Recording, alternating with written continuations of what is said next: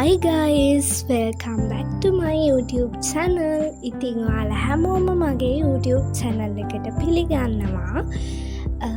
අද Saturday. ඉතින් මම වෙනදා වගේම නැගිට ගමන්ම කළේ මගේ බෙඩ් එක ක්ලීන් කරපු එක.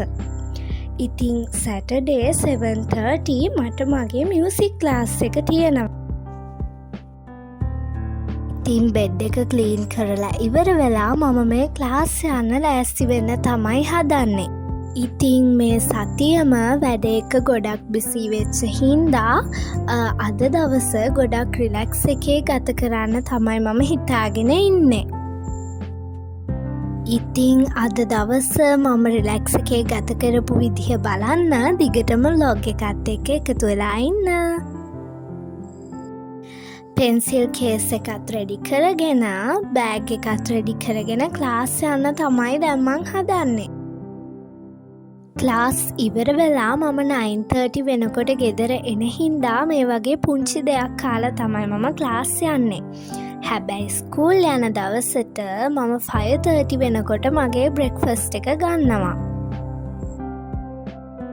ඉතින් මම ක්ලාස් ගිහින් ගෙදර එනකොට අම්මා මගේ බ්‍රෙක්ෆාස්ට් එකත් ලෑස්ති කරලා තිබුණා. මේ සතියෙම වගේ වැඩත් එක්ක බිසි වෙලා හිටපු නිසා අද මම මගේ රූම් එක ක්ලීන් කරගන්න හිතුවා.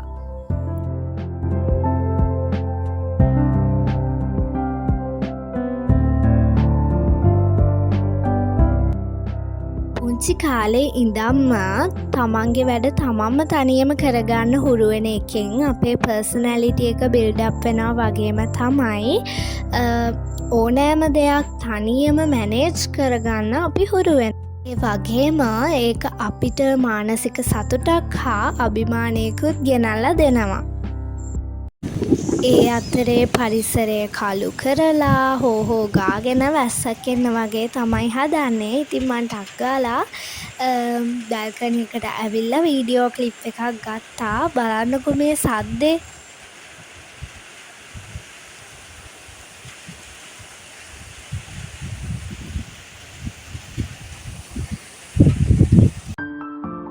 එළියේ වහින අතරේ මම හෝ ගාලා වැඩ. ඉතින් මේ ඩස්පෑන් එක අල්ලගෙන උදව් කරන්නේ අපේ නංගි. ඉතින් දැන් නම් හොඳටම වහින ගමන් තමයි තියෙන්නේ.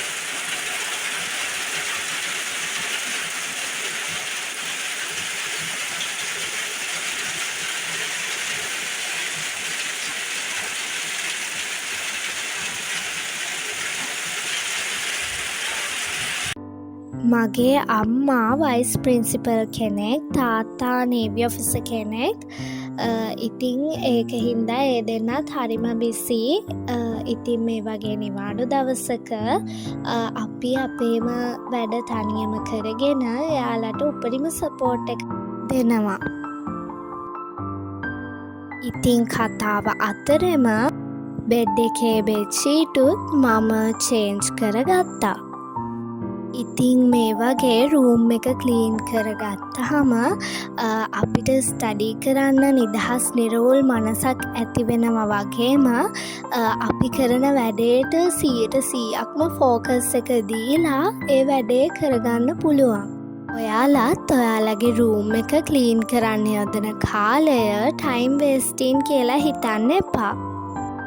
බෙඩ් එකෙන් පස්සේ මම මගේ ස්ටඩි ටේබල් එක ක්ලීන් කරගත්තා.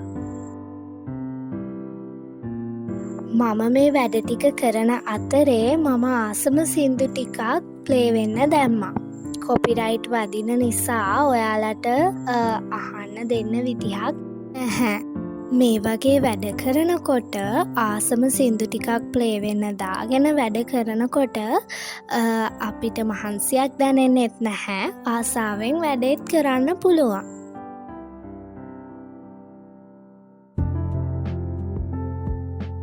ඉතින් මේ තියෙන්නේ මගේ ටේබල් එක උඩ තියෙන ක්ලොක් එක. මම මේක ගත්තේ වැලිසර තිලක්ම සිටි එකෙන්.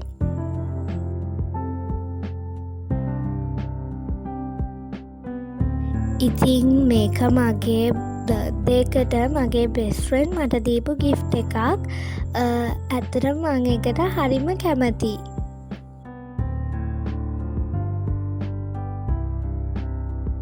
මේ වෙනකං අද දවස මම ගොඩක් ප්‍රොඩක්ටිව් විදිහට ගත කරා කියලා මට දැනෙනවා. ජීවිතය කියන්නේ ස්ටඩීස්ම නෙවෙයි හැමදේම මැනේජ් කරගෙන සතුටින් යන ජර්නි එකක්. ඉතින් මම මගේ රූම් එක ක්ලීන් කරලා ඉවරයි. ඉතින් මම කිචන් එකට ගිහින් බලනකොට අපේ අම්මා අපිට බොන්න ෆැෂන් ජූස් එකක් හදන ගමන් තමයි ඉන්නේ. මේ ෆැෂන් අපේ ගෙදරම වැලක හැදුන පළදාව. ඉතින් වොෂ් එකක් එහෙම දාලා ඇවිත් මම නිදහසේ ඒකේ රස වින්දා. ඔන්න අපි 4 දෙනාම ජොගින් යන්න තමයි මේ රෙඩි වෙන්නේ.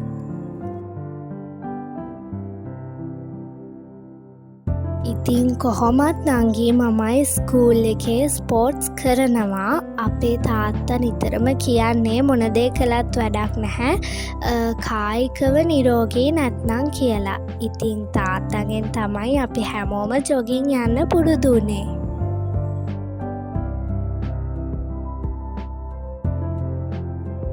අපි මේ විදිහට ගියේ ගම වටේම තමයි. ඉතින් මේක අර්ධනාගරික ප්‍රදේශයක්. ඉතින් බලන්නකො මේ අහසේ ලස්සන. ඉතින් මේ වෙල්යාය හරිම ලස්සනයි නේද?